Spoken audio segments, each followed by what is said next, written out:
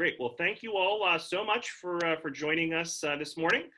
This morning's presentation is called Create an Organized and Efficient Life. Are you frustrated by the piles of paper on your desk? Feeling overwhelmed by the thought of starting an organization project? Don't know where to start? You are not alone. Professional organizer Melissa Stacy will help attendees reach their organization goals, start conquering those paper piles, and achieve a more organized and well-balanced life. And just a little bit about Melissa. Melissa Stacy is the co-author of Get Organized Today, and she started her company, Feeling Organized, over 13 years ago because she wanted to find a way to combine her natural talents for organization and planning with her passion for helping people. Melissa specializes in organization for your home office and small business. She works with each of her clients to create a unique organizing system that is geared towards their specific needs, lifestyle, and or work style. And I'm going to skip a few of this. So she is also a member of the National Association for Professional Organizers. So all 25 of us that are watching live and the hundreds that are going to be watching on demand, let's give a big round of virtual applause to Melissa. And Melissa, you can take it away. Thanks so much.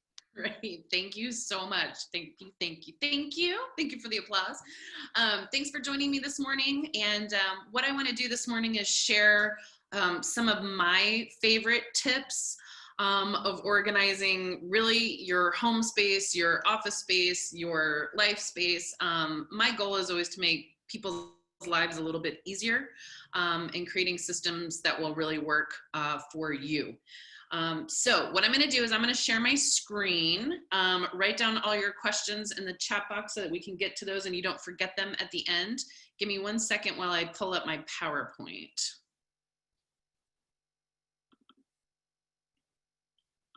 All right.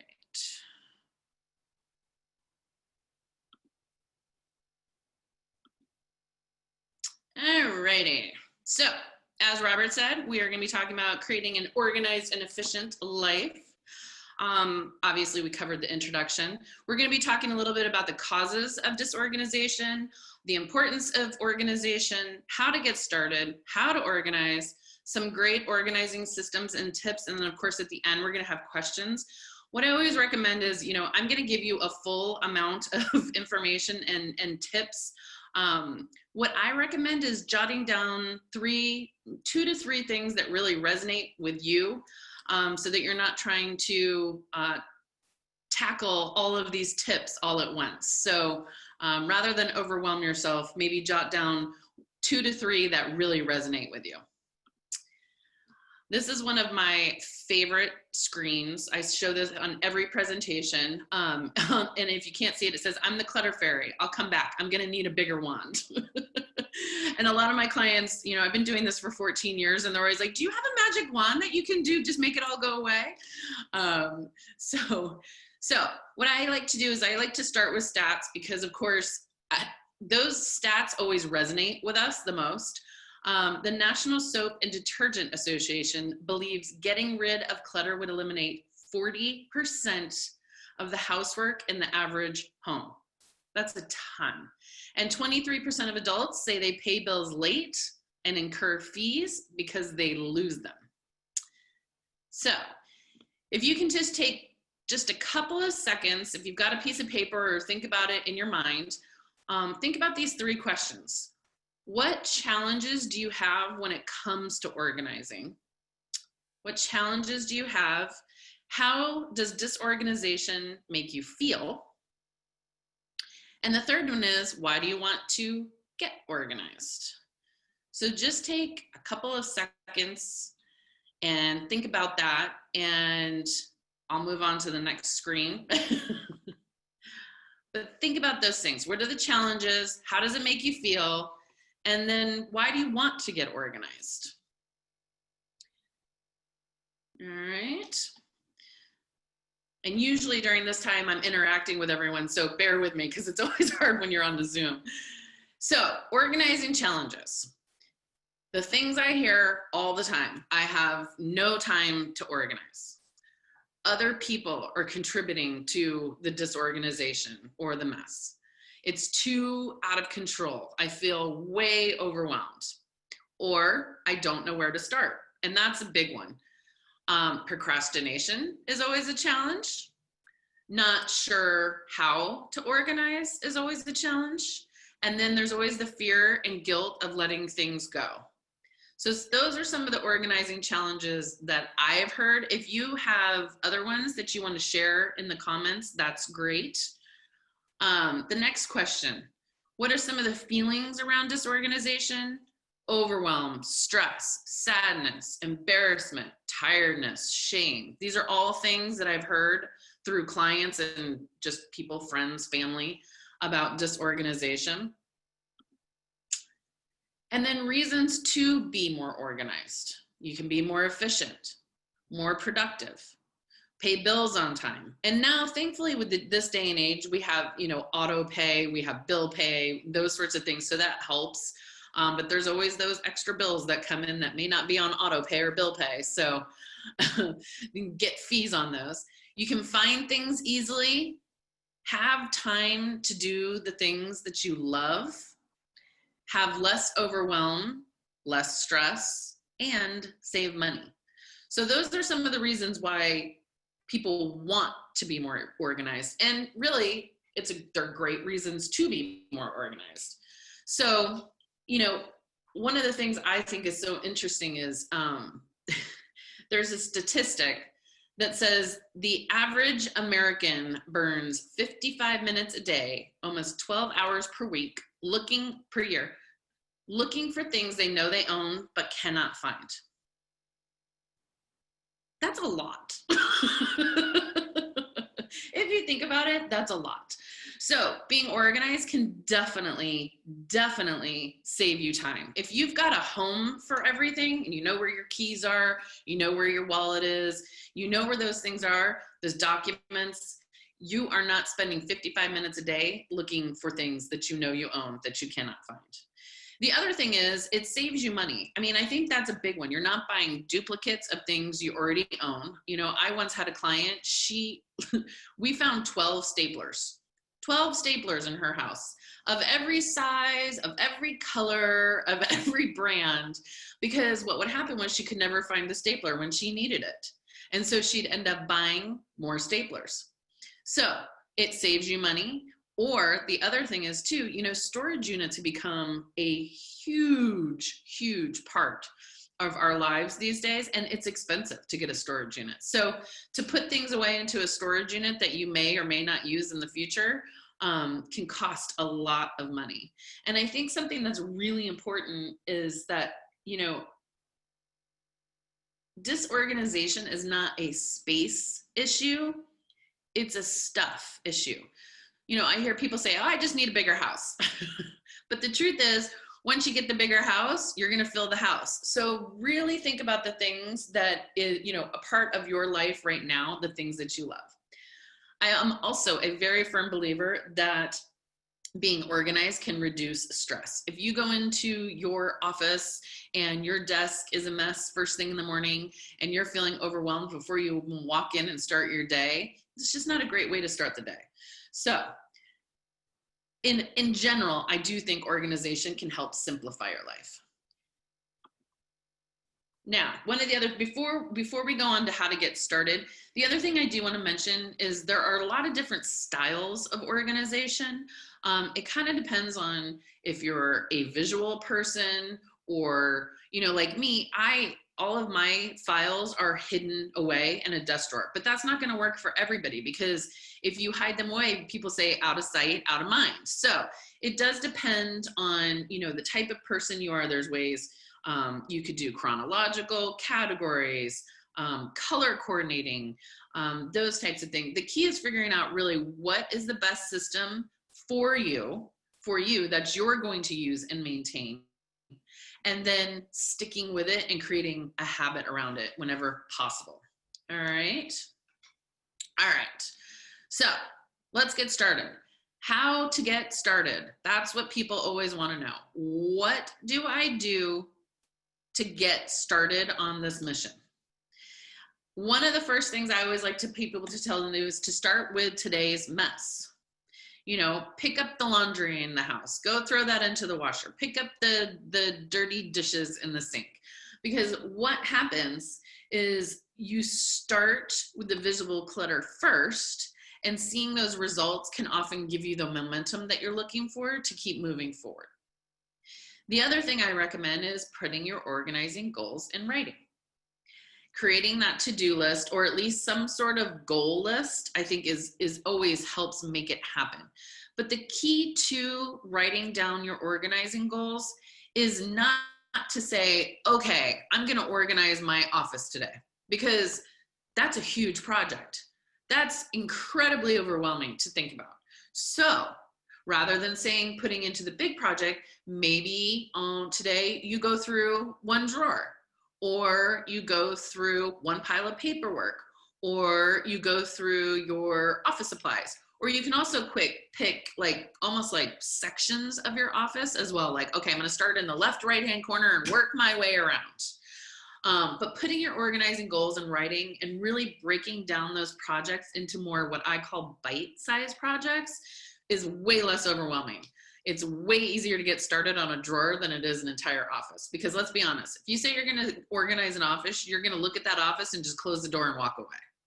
So I always recommend writing everything down so that you have it in writing for yourself. The other thing I like to recommend is to make a deadline for yourself. I think this is really important. And tell someone about your deadline. Put it on the calendar, circle it, no matter what it is, and then tell someone. I once had a client, she had moved into a home, and everything had gotten out of control, and she had never really gotten around to unpacking a lot of the boxes. And she had this beautiful home, this beautiful backyard in California. And she set a deadline for herself by having a housewarming party. And so she sent out save the date invitations and got them in the mail, so that she had like 40 people coming to her house on a certain date. So she was adamant that she had to get her organizing goals done by that time. So it was really good. It helps motivate you when you have that sort of organizing deadline in mind. So circle it, tell it. You maybe don't have to go to that extent, but at least tell a friend what your deadline and your goal is. The other thing is ask for help. I don't recommend necessarily a family member being that person that's going to help you. What ends up happening is you kind of get into those disagreements of, well, that's your stuff, you should throw that away. And you start telling each other what each other should be throwing out or donating, or, so I recommend asking a friend. Maybe you do a little bit of trade, maybe, whatever it may be, ask for help, because it always helps to have somebody there with you doing it. It's a good person to bounce ideas off. If you're going through clothes, you can literally put the clothes on and be like, all right, is this from 1970 still in style or not?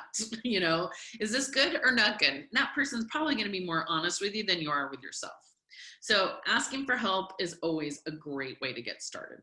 The other thing is to keep in mind how you want the end result to look. So if you're thinking about, an office, for example, how do you want that office to look? Do you want it to have really clean lines?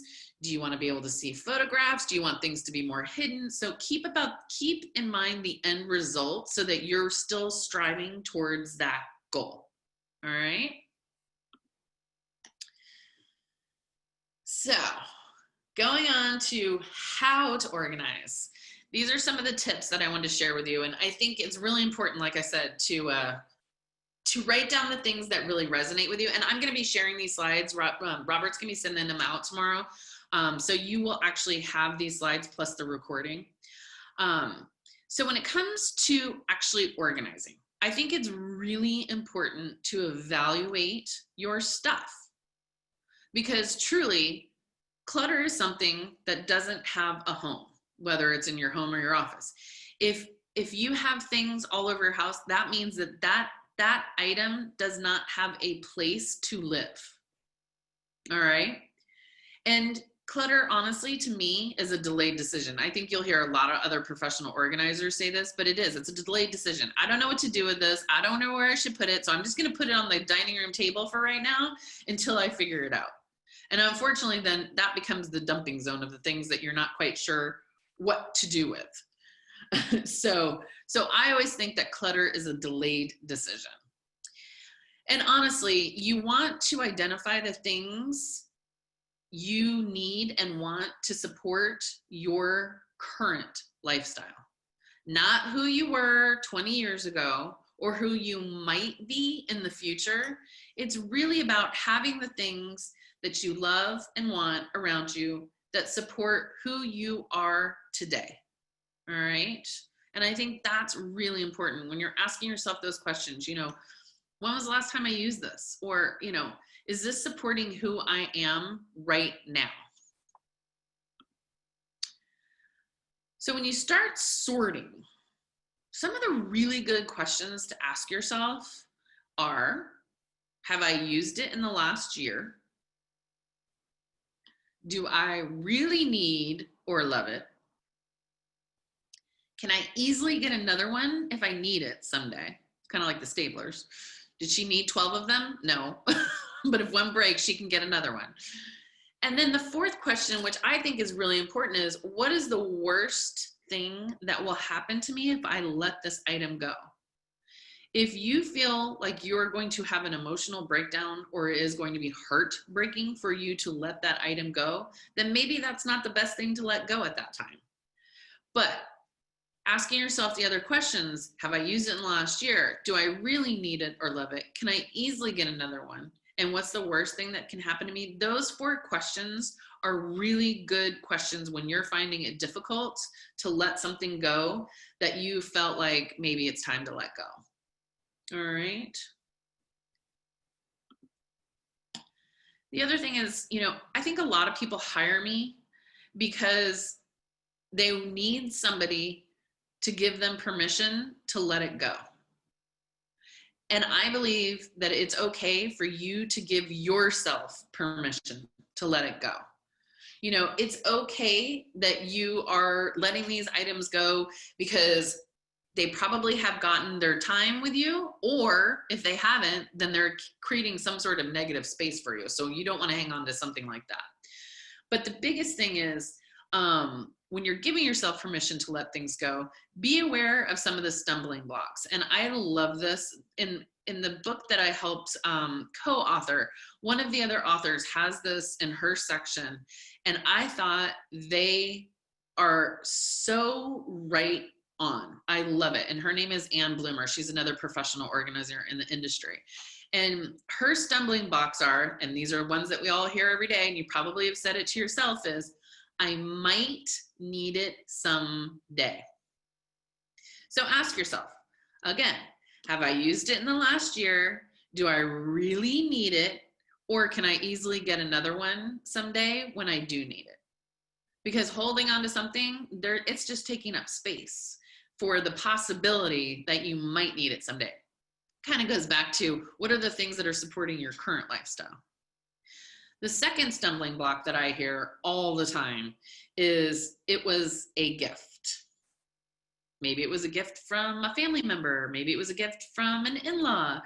But I love this quote, and I'm going to read it from my paper because I always like to make sure that I get it absolutely correct. So this quote from Ann Bloomer's chapter, she says, I'm sure you never gave anyone a gift and thought, I love you very much, and I hope this is a burden on you for the rest of your life.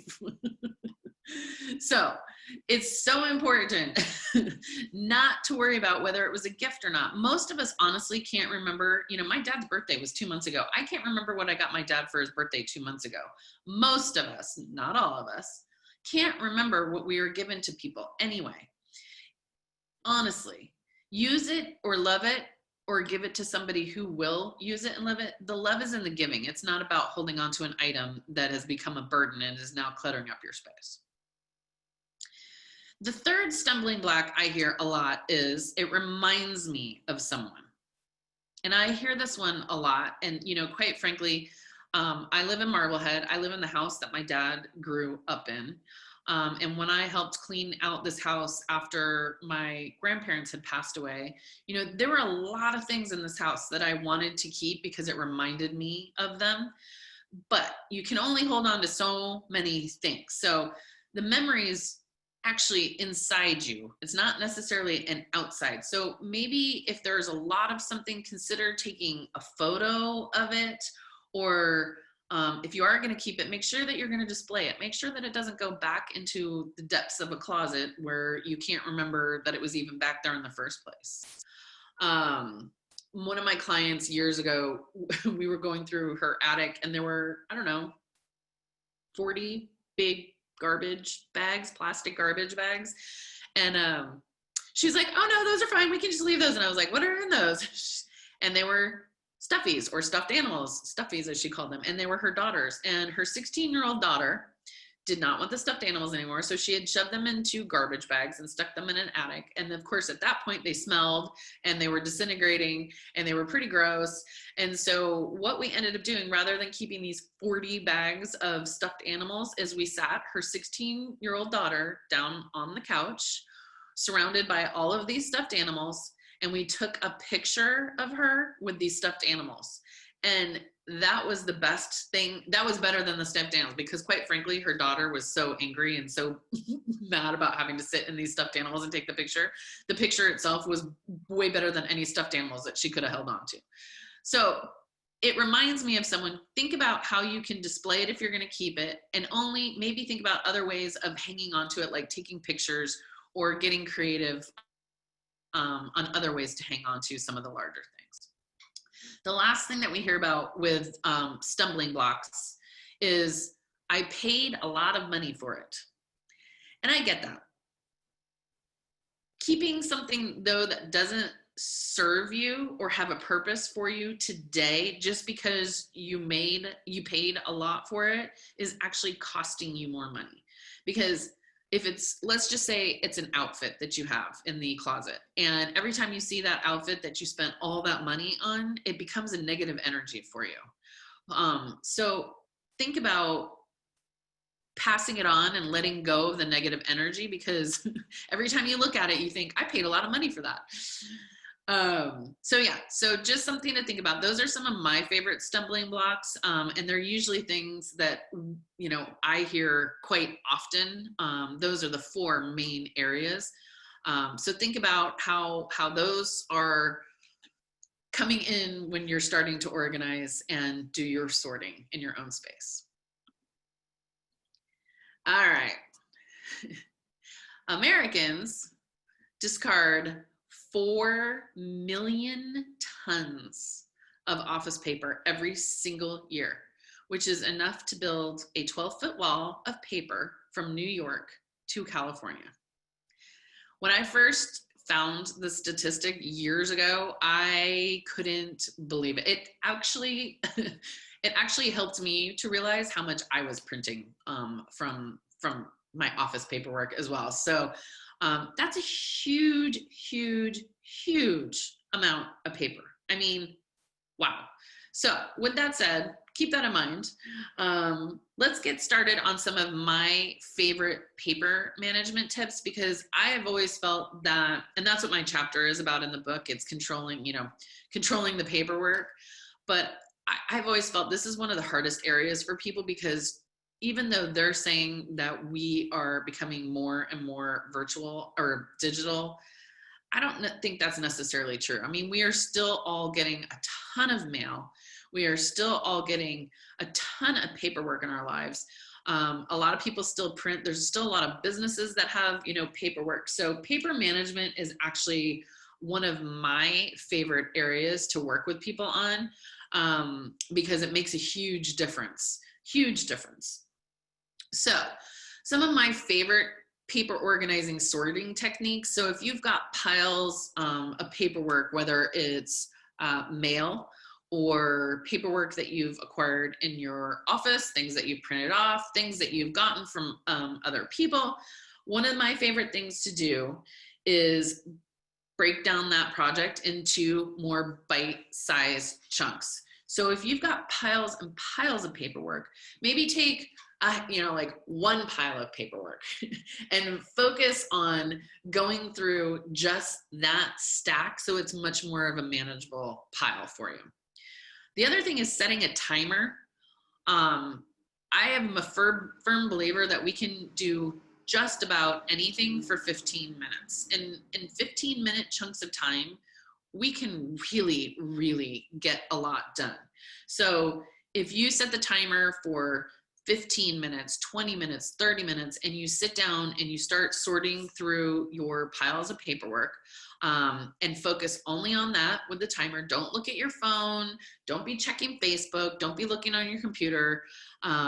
You can get a ton of sorting done in that small amount of time. So I always recommend setting a timer whenever possible, just to keep you on task. And then you can always get up, take a walk around, and then come back and do another 15 minutes. The other thing I always recommend is if you have a lot of paperwork, I recommend starting with the oldest paperwork and working your way forward. Because the truth is, when it comes to paperwork, if you attack the oldest paperwork first, it's going to be a lot easier to let those things go because they've either expired, the dates have already passed, the information is no longer valid. So I always recommend starting with the oldest and then working your way forward. And that really helps with the momentum, because you're like, oh, I'm in the groove of, like, putting this in the shred box or putting this in the recycling box.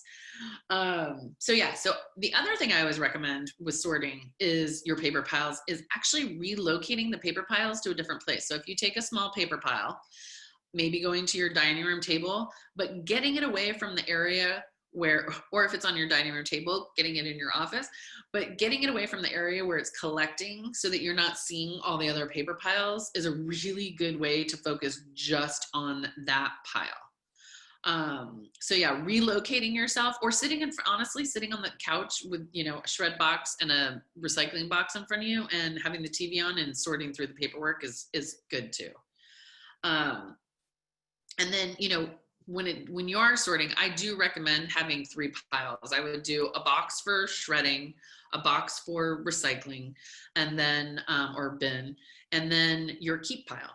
So really when it comes to paperwork, there's only 3 things. The keep pile, that has to do with, the things that you have to attend to or you have to keep because for, financial purposes or things like that. So keep, recycle, shred. And in this day and age, when in doubt, I would shred it just to be on the safe side. So next on the list is mail systems.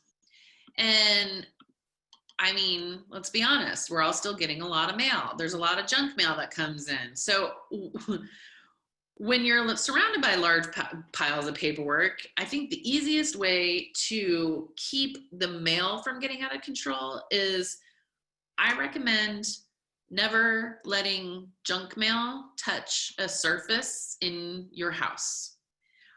Bring it in, recycle it, shred it, get rid of it, but don't let it touch a surface in your house because those are usually the things that end up piling up on the dining room table or the counter or wherever you're dropping it off as you're walking in the house. So that's the biggest one I recommend because if you go through the mail fairly quickly, most of it is junk.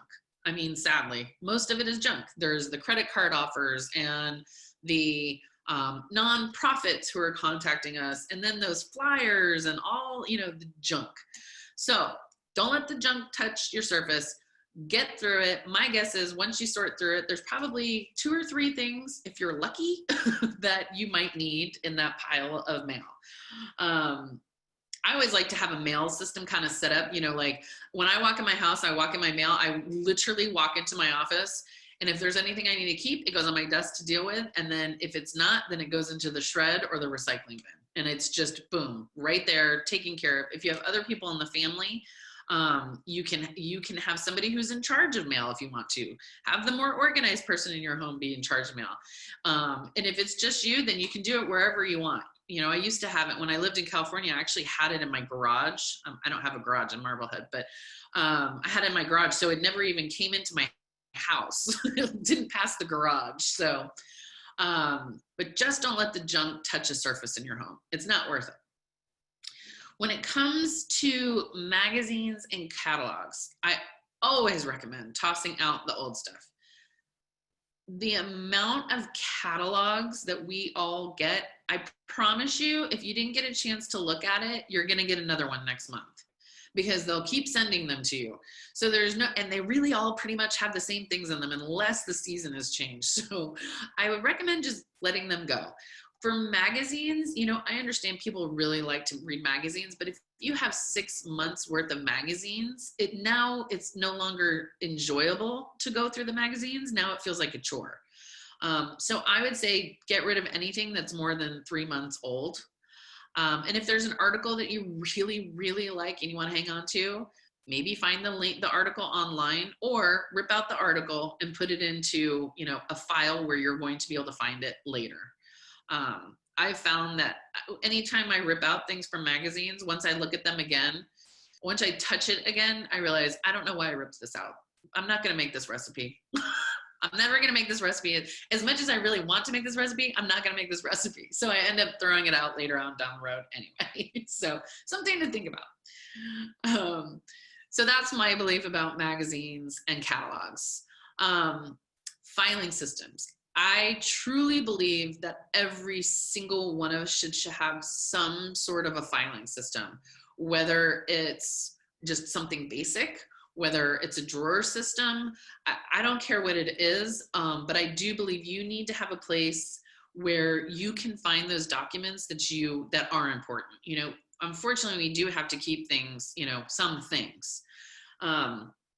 So hanging folders are the most simple way to store files, whether it's in a drawer. They also have these really cool, if you're more of a visual person, you want it on your desk, they have these really cool, they're called desktop file boxes, and you can find them at Target. You can find them at Container Store.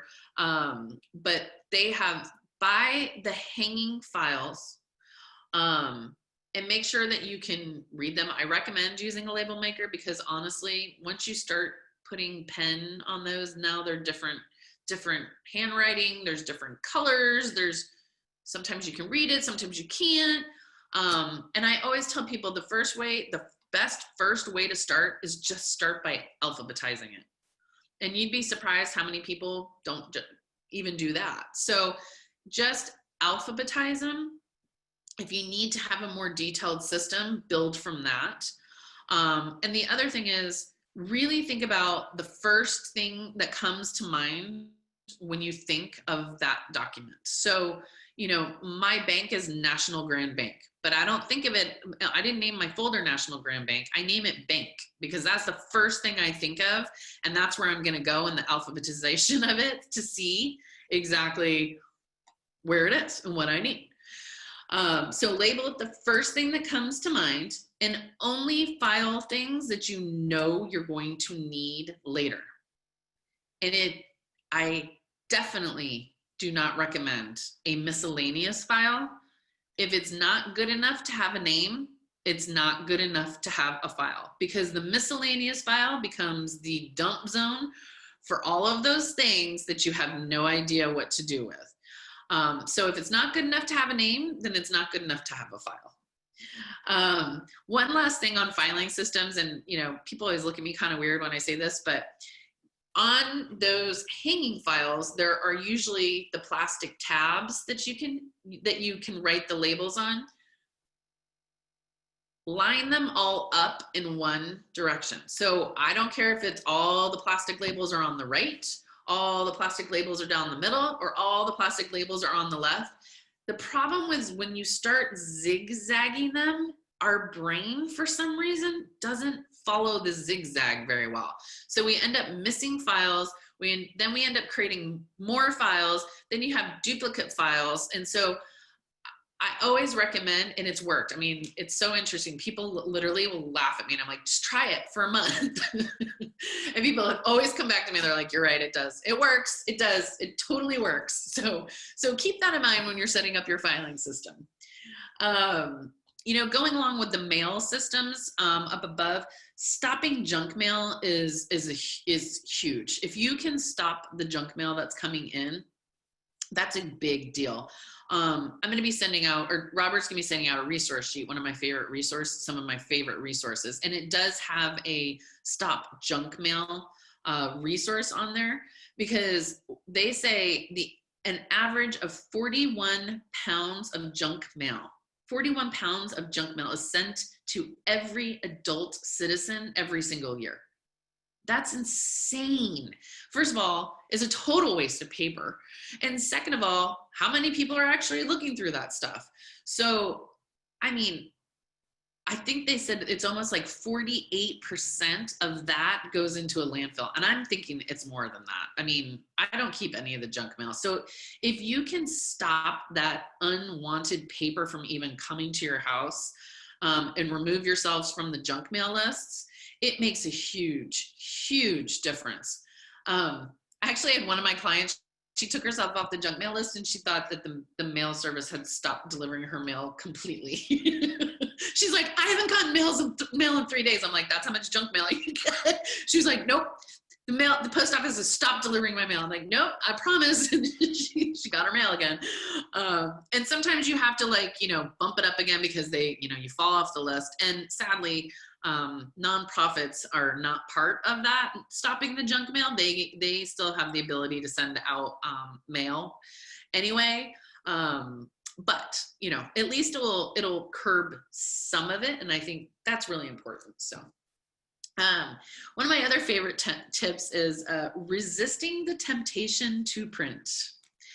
And my day and age, we printed everything. So I totally get it. Like I say, kids today don't print everything is digital, but there's definitely my age group and a little bit younger and a little bit older, we all print things. Like my dad prints everything to read. Like, stop printing it. Why are you printing it when you can read it on your computer screen? But one of the other stats that I love is a study conducted by the Gartner Group and Hewlett-Packard states the average daily web user prints 28 pages every single day. That's 28 pages every day, which is basically 196 pages per week. That's a ton. First of all, it's, again, a waste of paper, and paper is not cheap anymore. And that's 868 pages per month piling up in your space, on your desk, on your kitchen counter. So think about that when you're about to print. Really think about if you need to print it. The other thing, keeping your systems super simple is really important. The harder you make your organizing systems, the harder it is to maintain it. If you have to have graphs and charts to remember where things are filed, it's never going to work for you.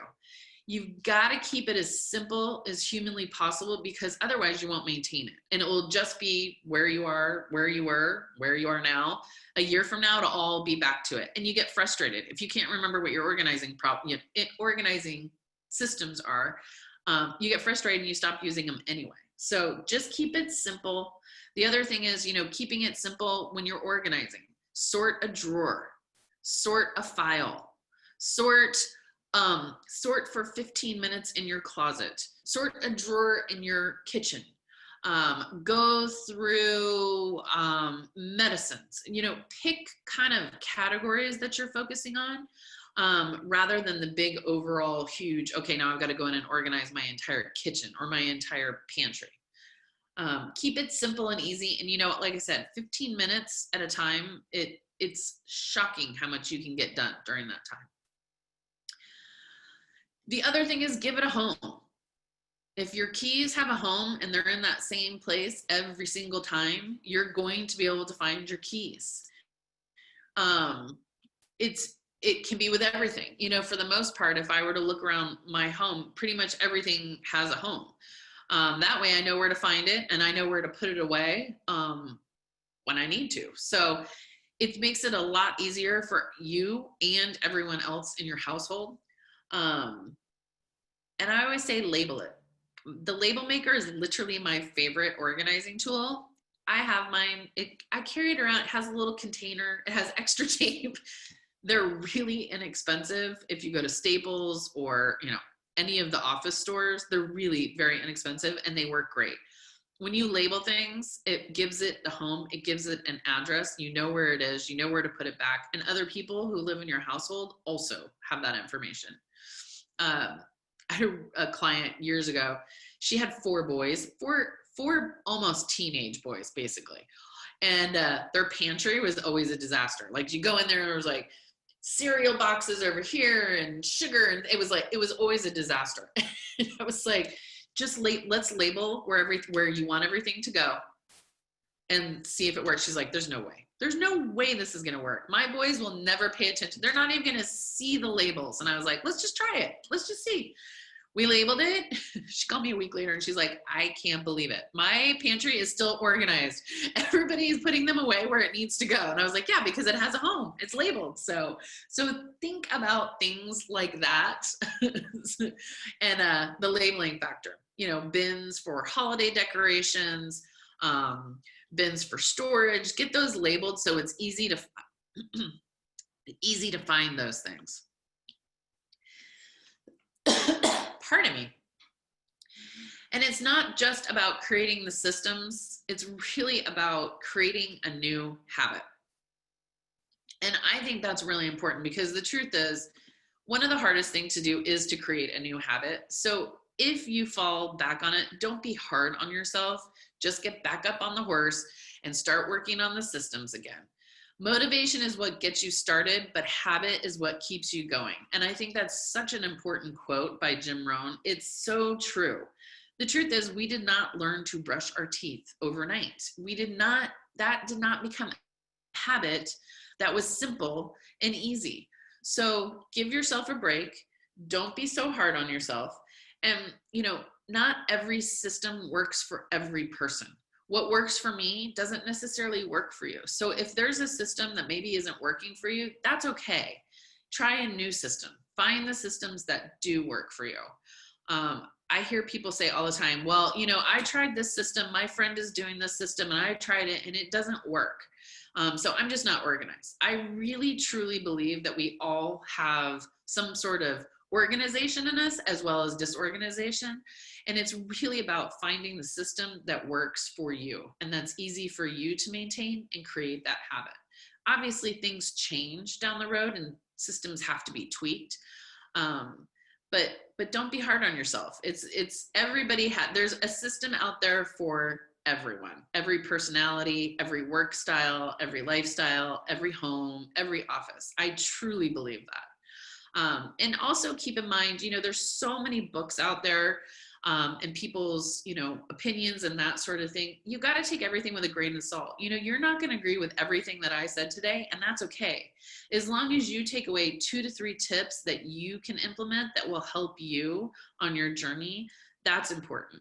There's all sorts of books out there like Marie Kondo, and there's another one out there that I really like, but it's important to take each things that resonate with you out of those books. You don't have to do everything in those books. Take the things that matter and resonate with you and go from there. All right. And I always think it's really important to hold yourself accountable. So one of the things that I always do at the end of my presentations is I pass out a piece of paper and an envelope, and I have you write down what is your number 1 organizing goal. Just one organizing goal for the next 2 months. So that would take us to October. So let's say October 31st by Halloween. What's your number 1 organizing goal? And how will you celebrate your success? And since we're not in person, if you can write that down and set a deadline for yourself on the calendar, that would be great. At least you're holding yourself accountable. But think about this. What is your number one, or what is the one thing that you want to accomplish in the next 2 months? And then how are you going to celebrate your success? And I think celebrating the success is important also. I think we don't celebrate our successes enough. And in this time, in this day and age, we should all celebrate a little bit more. So think about that. I think that's really important. Think about what your number one organizing goal is going to be for the next couple of months. Write it down, write it in the chat, write it wherever. If you want to send me an email with it, whatever you want. But hold yourself accountable to those organizing goals. A couple more things. My book, I just celebrated my 14th year in business, the month of August. So if you go to my website, which I'm going to put up in just a minute, my book is 50% off right now. My favorite resources, I have a sheet that I send out typically or hand out, but Robert is going to send that out with the slides tomorrow. And also, if you go to my website, you're welcome to sign up for my monthly tip. I send it out once a month. It's super short, super sweet, super simple. And you can also get a free copy of the chapter I wrote in my book on my website. So there's a bunch of resources on there that you are welcome to. And this is my information. And yeah, I'd like to open it up to any questions. Great. So Melissa, we'll take roughly 10 minutes of questions. Perfect. First up is Elaine with a comment. Elaine says, my sons moved out years ago, yet there's still lots of their stuff left behind. I just spent $150 yesterday shipping things to my older son in Seattle. And then Elaine gives us an emoji. Is that an angry emoji or frustrating emoji? There we go. Monique had a question. Please tell us the title of your book. You just did that. Bree has a question. How long should you keep old bank statements and tax returns? So old bank statements, you don't necessarily, unless you're using them for your tax returns, you want to keep the bank statements for at least 7 years. Now check with an accountant, but the one that I've heard is 3 to 7 years. So I always go a little bit on the, more careful side and say 7 years. So you hang on to you can either let them go after a year, or if you're using them for tax purposes, hang on to them to be the supporting documentation for your tax returns for 7 years.